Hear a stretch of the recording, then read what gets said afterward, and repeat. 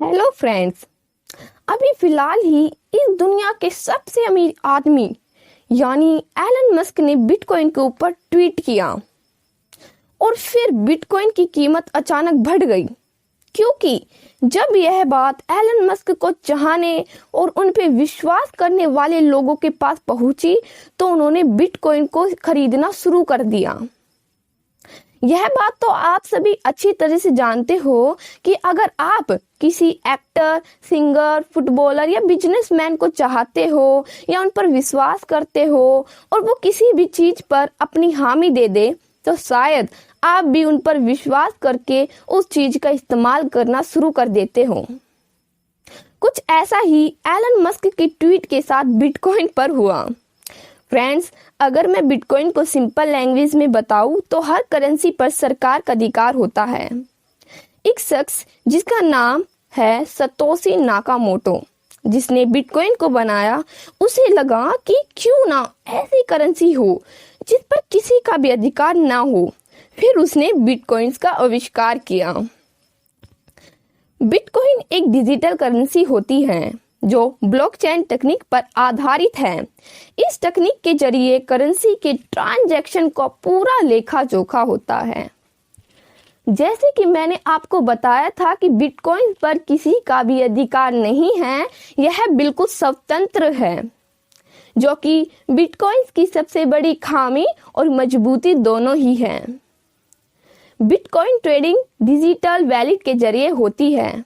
Bitcoin की कीमत दुनिया भर में एक समय पर समान रहती है। इसे कोई देश निर्धारित नहीं करता, बल्कि यह एक डिजिटल कंट्रोल होने वाली करेंसी है। गाइस, बिटकॉइंस भी डॉलर रुपए की तरह होते हैं, लेकिन इनमें यह अंतर है कि डॉलर रुपए को हम छू सकते हैं, लेकिन हम बिटकॉइंस को नहीं छू सकते। जैसे हम डॉलर्स को वॉलेट में रखते हैं, वैसे ही बिटकॉइंस डिजिटल वॉलेट में रखे जाते हैं। बिटकॉइन ट्रेडिंग का निर्धारित समय नहीं है, जिसके कारण इसकी कीमतों में उतार चढ़ाव भी तेजी से होता है। शेयर मार्केट में किसी शेयर के दाम उस कंपनी की लाभ की स्थिति या किसी बॉन्ड के मुनाफे की हालत को देखकर तय होती है, लेकिन बिटकॉइन में ऐसा बिल्कुल भी नहीं है।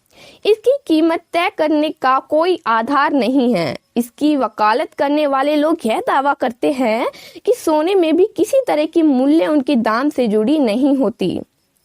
बिटकॉइन के दाम में होने वाला जबरदस्त उतार चढ़ाव काफी तनाव देने वाला हो सकता है। तो दोस्तों, बिटकॉइन की कीमत बढ़ने की एक वजह यह भी है कि बिटकॉइन की कीमत का निर्धारण बिल्कुल सोने की तरह होता है।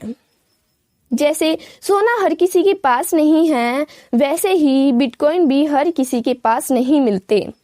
बाजार में बिटकॉइंस खरीदने वालों की संख्या ज्यादा है, लेकिन बिटकॉइंस कम हैं। इसलिए बिटकॉइंस की कीमत बढ़ती जा रही है। जैसे कि मैंने वीडियो की शुरुआत में बताया था कि एलन मस्क ने बिटकॉइन के ऊपर ट्वीट किया।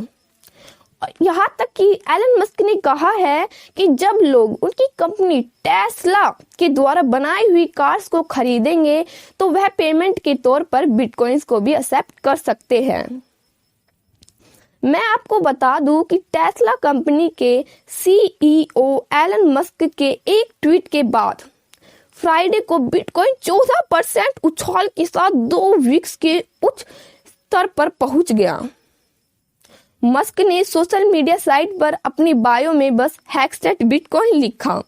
इस वजह से दुनिया की सबसे बड़ी क्रिप्टो करेंसी 3:35 पर 10.2% बढ़कर $36,901 यानी 27 लाख रुपए पर पहुंच गई।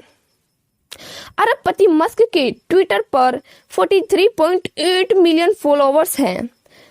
एलन मस्क सोशल मीडिया पर हमेशा किसी न किसी वजह से चर्चाओं में रहते हैं।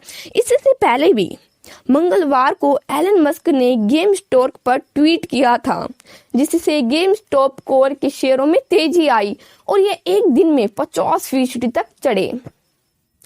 इसके बाद एलन मस्क को उनके समर्थकों ने पापा मस्क कहना शुरू कर दिया, क्योंकि जब भी एलन मस्क ट्वीट पर किसी भी कंपनी का नाम ले देते हैं तो उस कंपनी के शेयर बढ़ जाते हैं।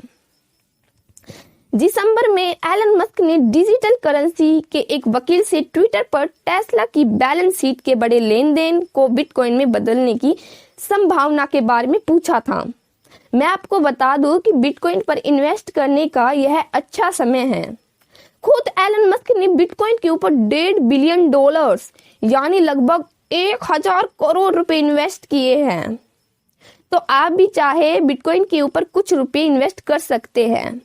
अगर आपको वीडियो पसंद आई हो तो मेरी वीडियो को लाइक करें और हमारे चैनल फैक्ट एंड नॉलेज को सब्सक्राइब करें। और हाँ, मुझे कमेंट में लिखकर जरूर बताएं कि क्या क्रिप्टो करेंसी आने वाला फ्यूचर है या नहीं। Thank you.